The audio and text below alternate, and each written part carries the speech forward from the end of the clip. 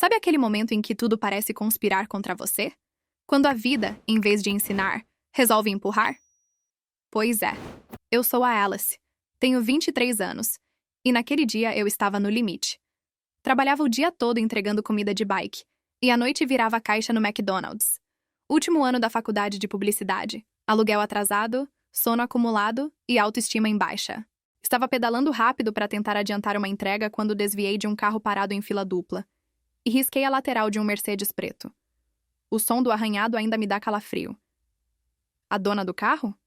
Uma mulher impecável. Terno sob medida, salto alto, postura que gelava o sangue. Não gritou, não xingou. Só apontou para a lateral e disse com a frieza de um contrato. 18 mil. Uma semana. Podemos formalizar, se preferir. Tirou uma foto da minha identidade e me desejou boa sorte. Fiquei ali, parada, com as mãos trêmulas no guidão. Eu não tinha nem como juntar R$ 1.000 num mês. Imagine 18 mil em 7 dias. Liguei para minha melhor amiga, a Luísa, e pedi para me encontrar num boteco qualquer. Precisava de um gole de ar. Ou de álcool. No meio da conversa, com minha voz mais alta do que deveria, reparei numa mulher na mesa ao lado que ouvia tudo. Bonita, bem arrumada, olhar fixo. Fiquei desconfiada. Fui ao banheiro me acalmar. E foi lá, no banheiro feminino de um bar com azulejos rachados, que tudo começou de verdade. A mulher da mesa entrou, olhou para mim com firmeza e disse: "Desculpa a intromissão, mas eu posso te ajudar." Me entregou um cartão. Margaret Valentim, consultoria criativa. Aparece amanhã às 9 horas. Tem um trabalho que pode resolver sua dívida. E saiu. Me deixou ali, sozinha, com o cartão na mão, pensando se aquilo era uma cilada, ou a única chance que eu tinha de não afundar de vez. Cheguei no prédio espelhado antes mesmo das 9, com a barriga embrulhada e a sensação de que qualquer passo em falso ali dentro me expulsaria de volta para o mundo de onde vim. O reflexo nas janelas me mostrava como eu não combinava com aquele lugar. Cabelo preso de qualquer jeito, mochila gasta, tênis furado e uma camisa que já devia ter se aposentado. Mas fui mesmo assim. Subi até o andar indicado e fui recebida por uma recepcionista com sorriso ensaiado e voz doce demais para terça-feira. Quando disse meu nome, ela apenas assentiu e indicou a sala 1408. "A senhora Margaret já está te esperando." Aquilo me arrepiou. A porta da sala se abriu antes de eu bater. "Entra, Alice", disse ela, sentada atrás de uma mesa imponente, como se me conhecesse há anos. Margaret era elegante demais para ser real. O tipo de mulher que parecia ter saído de um episódio de drama político. Cabelo preso num coque firme, terno escuro sob medida e uma presença que impunha silêncio. Sentei onde ela mandou, tentando disfarçar o desconforto. "Você parece inquieta", ela comentou, digitando algo no notebook sem me olhar. "É que da última vez que aceitei convite de desconhecida, acabei ajudando a carregar churrasqueira no 3º andar." Tentei brincar. Ela riu. Um riso discreto, calculado. E então virou a tela. 1.500 airs. Por noite. Pela minha companhia. A agência privê atende clientes muito seletos, Alice. Mulheres bem-sucedidas, discretas, que pagam caro por presença, charme e boa conversa. E você tem isso. Tem um magnetismo que nem percebe, disse ela. Isso parece... Comecei. Prostituição? Interrompeu sem cerimônia. Não, nada físico é exigido.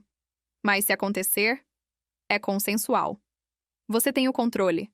Sempre. E por que eu? Perguntei, ainda tentando entender onde exatamente eu tinha me metido. Porque você está desesperada. É inteligente, tem boa aparência e não sabe o poder que carrega no olhar. Fiquei sem ar por um segundo. Era muita informação, muita ambiguidade. E, no fundo, uma pontinha de curiosidade somada ao desespero que já me tomava fazia dias. Ela fechou o notebook. Você tem até amanhã para decidir. Mas, se aceitar, o primeiro encontro é hoje à noite. A cliente já está interessada. Me entregou um envelope preto com detalhes em dourado, onde estava escrito apenas o endereço e a palavra pontualidade. Voltei para casa como quem carrega dinamite na bolsa. Me troquei sem pensar muito, e às 19 horas estava parada diante de um casarão antigo na zona nobre da cidade, com arquitetura neoclássica e uma fonte na entrada que mais parecia cuspir dinheiro. Uma senhora elegante me recebeu e me guiou até a sala. E lá estava ela, Clara, sentada numa poltrona de veludo vinho, taça de vinho na mão, um vestido de tecido leve que parecia ter sido desenhado diretamente no corpo. Uns 40 e poucos anos, pele dourada, cabelos escuros presos de forma displicente e um olhar calmo, quase melancólico. Então você é a Alice, disse, com um sorriso pequeno, mas verdadeiro. Pode sentar. Ofereceu vinho. Fiquei tentada a recusar, mas aceitei. O silêncio que se seguiu não foi desconfortável. Era como se ela estivesse me observando com calma, mas sem julgamento. Falamos de amenidades. Ela me perguntou o que estudava, onde morava, e comentou sobre os livros empilhados na estante atrás de mim, como se testasse o quanto eu sabia fingir que pertencia àquele lugar. Quando a conversa começou a esquentar, Clara se aproximou. Passou a mão pelo meu braço com leveza. Você tem um jeito curioso de estar presente, como se não soubesse se quer ficar ou fugir. Disse, os dedos tocando meu rosto. Meu corpo enrijeceu. Ela percebeu. Não precisa fazer nada. Só relaxa, disse, e se afastou devagar. Sentou-se no sofá, olhou para mim por alguns segundos e perguntou: Quer comer alguma coisa? Como assim? Perguntei confusa. Eu pedi pizza. Achei que seria melhor começar com o que é simples. E ali, naquele momento estranho de vestido leve, vinho caro e pizza com borda recheada, algo dentro de mim começou a se quebrar. Não por dor, mas por estranhamento. A noite terminou sem beijo, sem toque forçado. Só conversa. E um envelope com o pagamento combinado. Quando voltei para casa, havia uma mensagem da Margaret. Cliente satisfeita. Mas disse que você foi emocional demais. Seja mais profissional na próxima. Ignorei. No fundo, algo em mim dizia que aquela mulher de vestido leve e olhar fundo ainda ia voltar. E que talvez, só talvez, minha saída não fosse por onde eu pensava. Os dias seguintes passaram num ritmo estranho, como se eu estivesse andando por uma ponte estreita entre duas versões de mim mesma. A que precisava sobreviver e a que queria respirar. Continuei entregando comida de bike, frequentando a faculdade com olheiras marcadas e evitando qualquer assunto que tocasse em trabalhos alternativos. Margaret me enviou novos perfis de clientes, pastas com endereços, observações, horários, todas ignoradas. Eu não conseguia me imaginar repetindo aquela primeira noite, ainda que tenha sido estranhamente tranquila, quase gentil. Talvez o problema fosse justamente esse. Clara não tinha feito nada errado, e mesmo assim o desconforto ficou. Como se eu tivesse vendido algo que não sabia nomear. Foi numa terça à noite que recebi a notificação. Uma nova mensagem. Domingo, jantar. Só eu, você, lasanha e um vinho ruim. Topa? Era da Clara. Fiquei olhando para o celular, tentando decifrar se aquilo era parte do jogo ou um convite real. Respondi. Só se tiver sobremesa. Ela respondeu em segundos. A sobremesa sou eu. Ri. Um riso curto, bobo, espontâneo. O primeiro em dias. Quando o domingo chegou, levei uma garrafa de vinho barato e um doce improvisado da padaria do bairro. Toquei o interfone com o coração leve pela primeira vez. Clara abriu a porta sem salto, sem vestido elegante.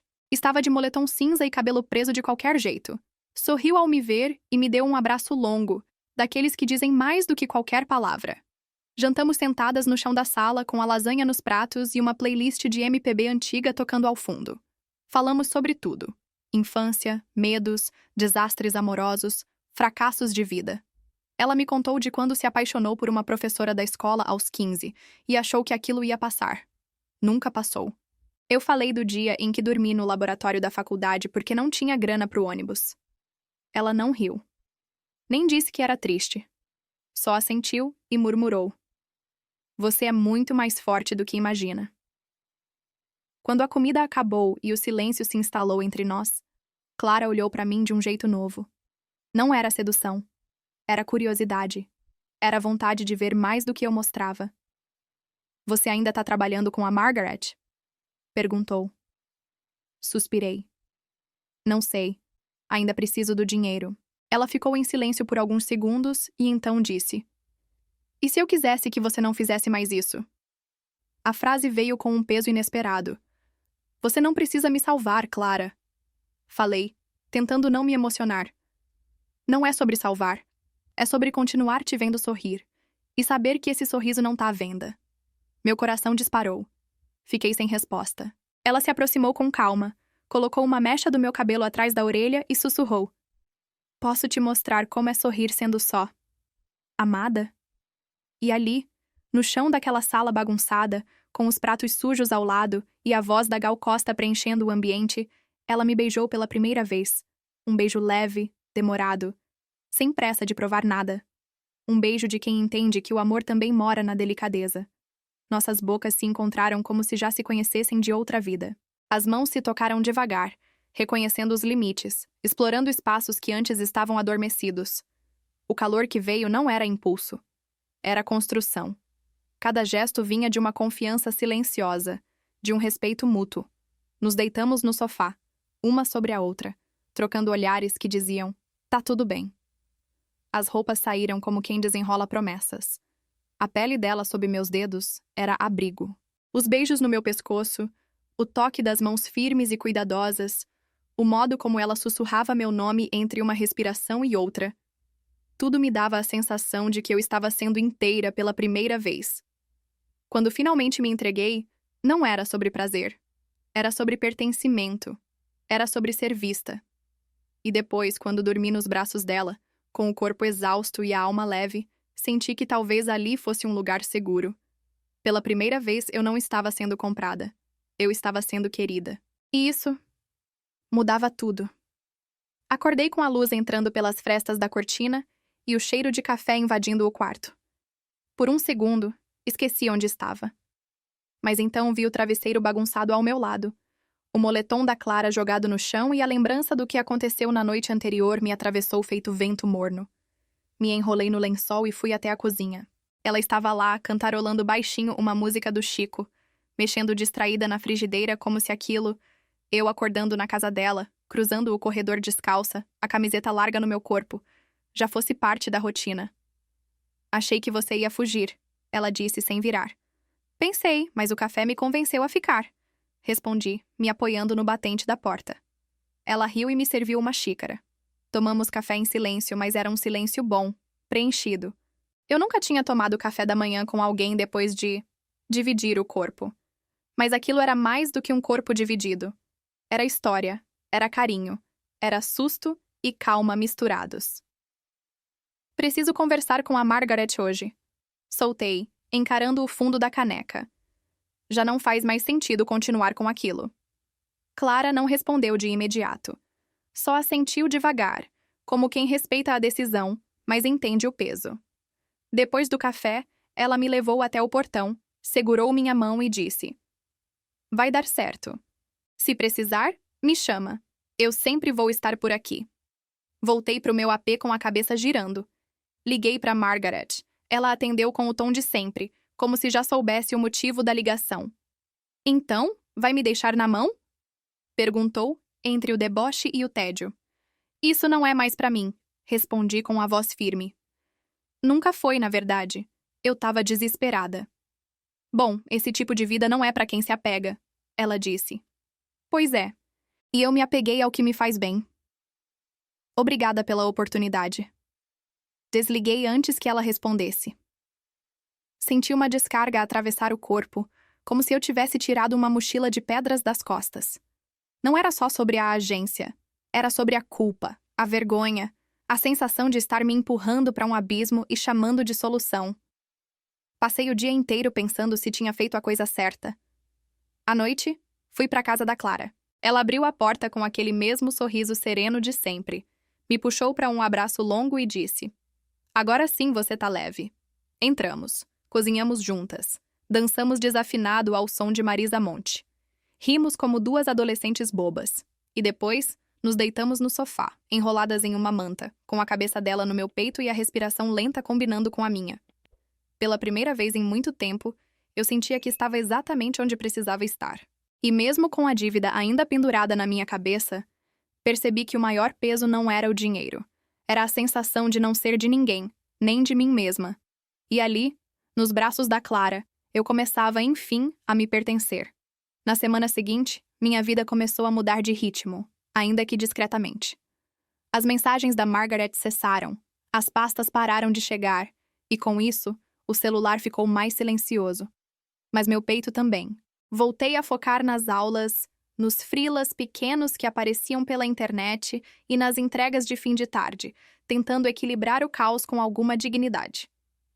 Clara me escrevia todos os dias, mesmo que fosse só para perguntar se eu tinha almoçado, e isso, por menor que parecesse, me dava uma sensação de cuidado que eu nem lembrava como era. Até que numa quarta-feira, ela mandou uma mensagem diferente. Hoje, 20 horas, lasanha, vinho e uma novidade. Te espero. Respondi com um emoji de coração e passei o resto do dia tentando não criar expectativas. Cheguei na casa dela com as mãos frias e uma sobremesa improvisada da mesma padaria de sempre. Clara me recebeu com um beijo na testa, como se aquilo fosse tradição. A mesa já estava posta, mas antes mesmo de comermos, ela segurou minha mão, me olhou sério e disse: "Preciso te contar uma coisa." Meu estômago afundou. Eu sei que você ainda tá com essa dívida nas costas. E sei que você não me pediu nada. Mas hoje chegou um e-mail da oficina confirmando o pagamento do Mercedes. Eu travei. O quê? Como assim? Quem? Perguntei, a voz quase sumindo. Ela suspirou fundo. Fui eu. Paguei. Com o que eu tinha guardado. Mas por quê? Por que você não me contou? Porque eu não queria que você confundisse isso com gratidão. Queria que você soubesse que pode ficar, mas por escolha, não por dívida. Meus olhos se encheram. O chão sob meus pés desapareceu por um instante.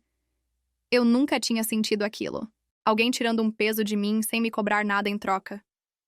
Me levantei da cadeira, dei a volta na mesa e abracei ela por trás, apertado, com o rosto encostado em suas costas.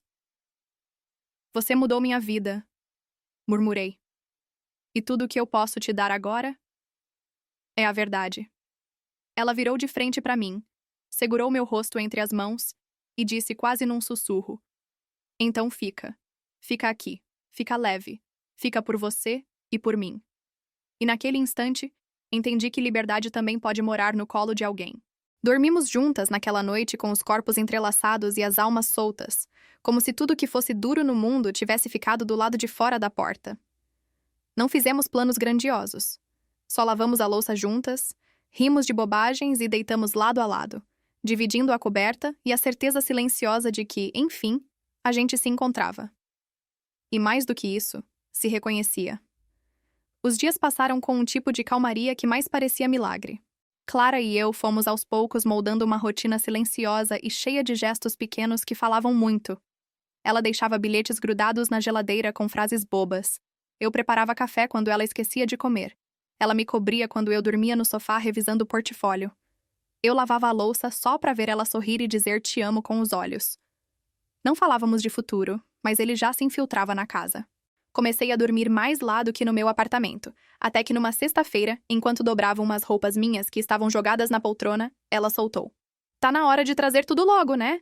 Essa frase simples foi um convite, um abrigo, um novo fôlego. No domingo, levei o essencial numa mala emprestada e deixei as contas vencidas do AP antigo para trás como quem abandona uma casca velha. Clara me ajudou a montar um cantinho de estudo no quarto de hóspedes. Uma mesa simples, uma luminária azul, minha cor preferida. À noite, fui para a cama dela como quem sabe exatamente onde pertence. E ali, debaixo do edredom florido e da pele quente dela encostada na minha, comecei a entender o que era lar. A faculdade, sem o peso da dívida, passou a fazer sentido de novo. Meus trabalhos melhoraram, os professores começaram a notar, e um deles, ao fim da aula, disse que eu tinha amadurecido muito nos últimos meses. Sorri, agradeci, mas não contei que o verdadeiro motivo usava moletom cinza, ouvia Elis Regina no banho e fazia carinho na minha nuca quando eu desabava sem motivo. Clara me deixava ser. Não me cobrava nem me pressionava. Só estava ali. E estar, de verdade, já era tanto. Uma noite, chovia lá fora e eu estava sentada no chão da sala, revisando um projeto com os pés encolhidos sob uma manta, quando ela se aproximou com 2 xícaras de chá. Sentou ao meu lado, encostou a cabeça no meu ombro e disse: Posso ficar aqui mais um tempo? Pode, Respondi. Pode ficar para sempre se quiser. E ela quis. E eu também. Porque pela primeira vez, amar não me parecia uma luta. Era descanso. Era colo. Era casa. E tudo começou no dia em que eu arranhei a lateral de um Mercedes. Irônico, né? Às vezes a gente bate no mundo só para descobrir quem vai ficar do outro lado esperando a gente com a porta aberta. 3 meses se passaram desde o dia em que deixei para trás a agência, a dívida, o medo e tudo o que me fazia sentir um personagem mal escalado da própria vida. 3 meses desde que Clara abriu a porta e a vida, para mim sem pedir nada em troca além de verdade. A rotina que construímos juntas era simples, mas cheia de sentido. Ela acordava antes de mim, sempre com um despertador baixo que nunca a fazia resmungar, enquanto eu enrolava mais alguns minutos só para observar ela pentear o cabelo com os dedos ou preparar o café cantarolando distraída. Tomávamos café juntas, mesmo quando os horários não batiam. Ela com pão na chapa e suco, eu com café preto e pão dormido requentado na frigideira, que ela dizia amar só porque era meu jeito. Às vezes, ela saía para reuniões e eu ficava estudando na mesa do quarto, ouvindo as músicas que ela deixou salvas numa playlist chamada Dias Bons com a Alice. Quando ela voltava, trazia pão doce ou algum recado bobo da rua, como se compartilhar o cotidiano fosse também um jeito de amar. E era. Uma noite, quando eu terminava um artigo e ela lia deitada no sofá, Clara apareceu na porta do quarto com 2 taças de vinho. Sentou-se na beirada da cama, me observou por um tempo em silêncio e disse: Sabia que quando te conheci eu achei que você não ia durar nem uma semana aqui em casa? E por que me deixou ficar então? Perguntei com um sorriso torto. Porque mesmo sem saber, eu já queria que você ficasse. Fiquei olhando para ela, com aquele moletom largo e os pés descalços, e percebi que a mulher elegante da primeira noite, de vestido alinhado e vinho caro, era a mesma que agora dividia a garrafa de R$ 19 comigo na varanda, sob uma manta velha e o som de uma cidade que nunca dorme. Beijei sua mão, encostei a cabeça em seu ombro e falei baixo.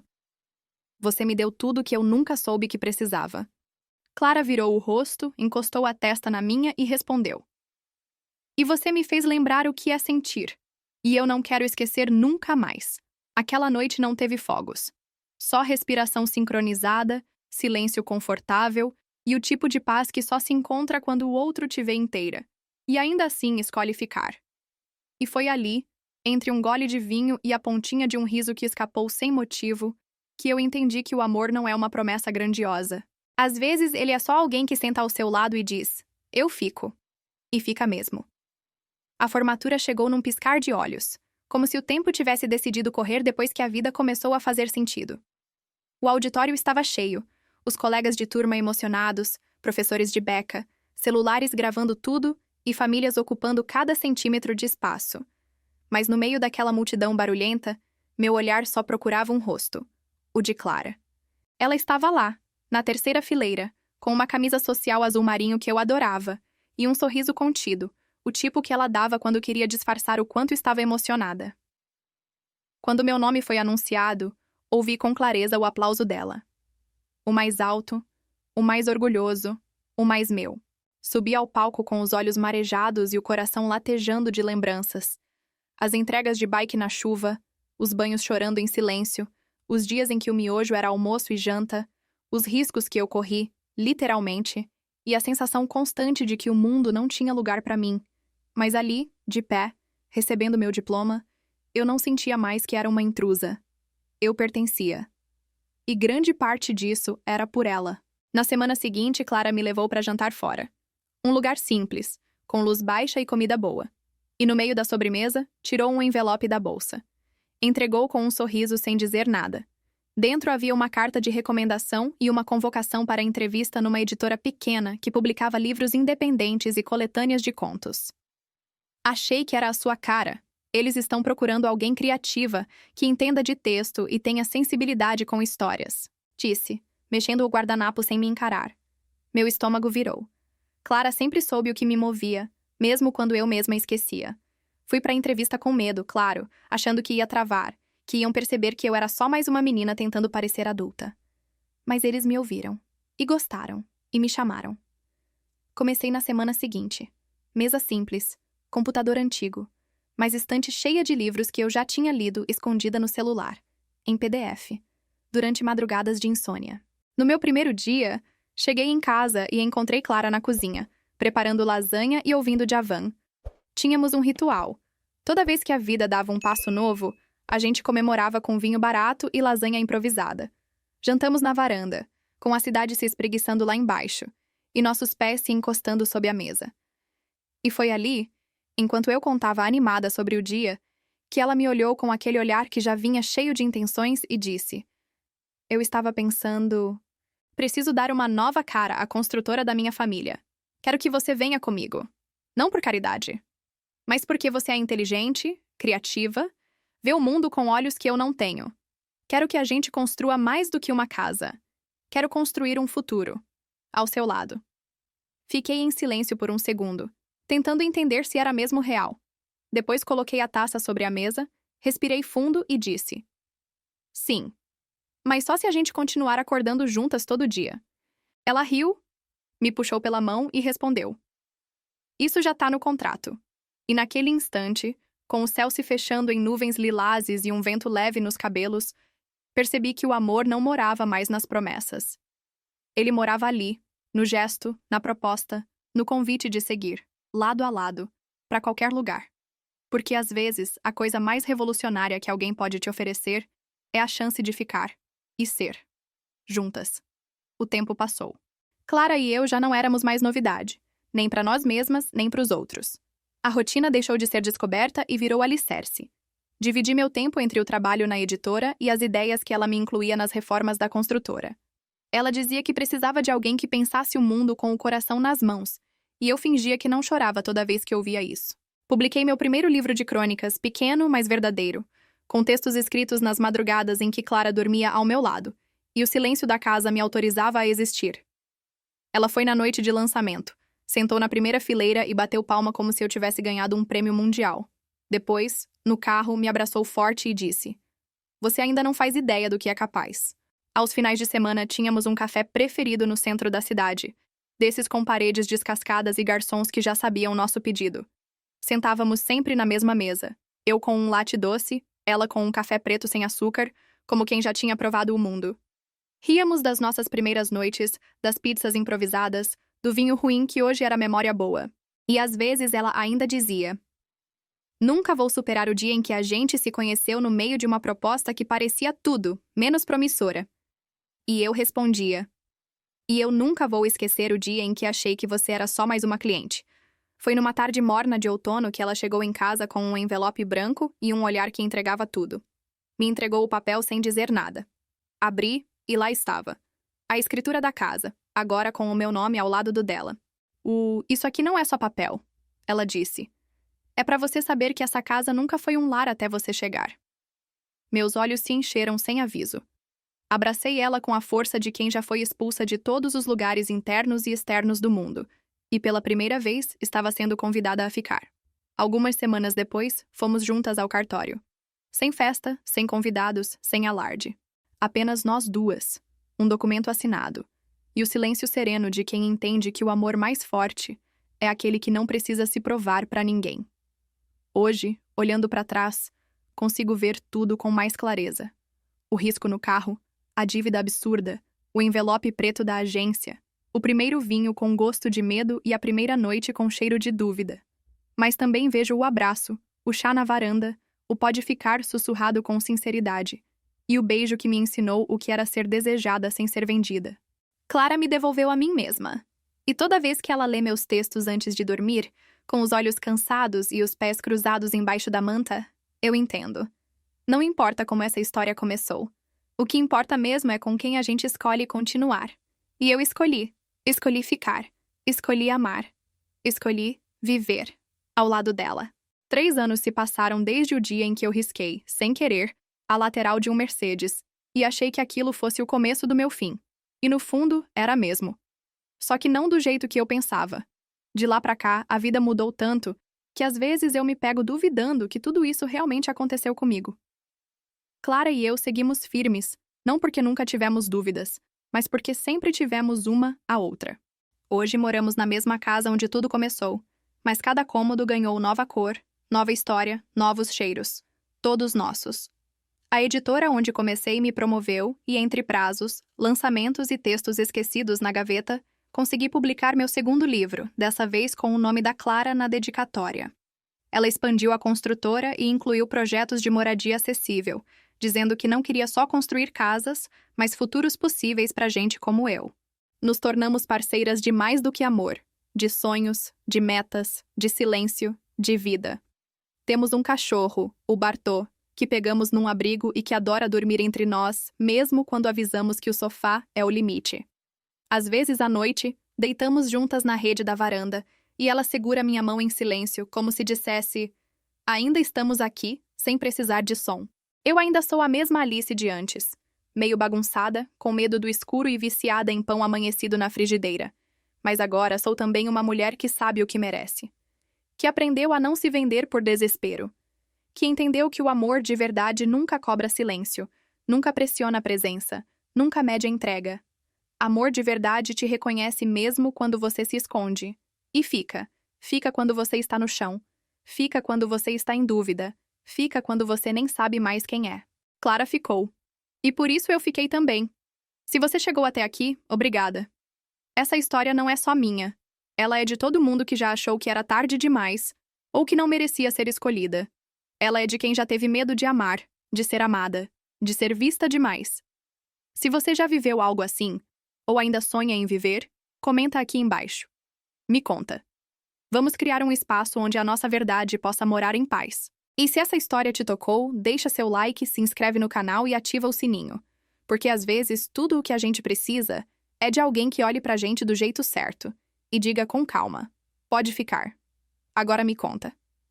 Você já viveu alguma situação que parecia o fim, mas acabou te levando para um recomeço inesperado, ou já conheceu alguém que te fez enxergar valor em si mesma quando você achava que não tinha mais brilho? Comenta aqui embaixo. Quero muito saber o que essa trajetória despertou em você. E se alguma parte dessa história tocou seu coração. E claro, se quiser ver mais histórias assim, deixa seu hyper, seu like, se inscreve no canal, ativa o sininho e compartilha com quem você acha que vai gostar dessa história. Vamos construir esse espaço de partilha e coragem juntas. Porque às vezes, tudo o que a gente precisa é de uma história que diga: você não está sozinha.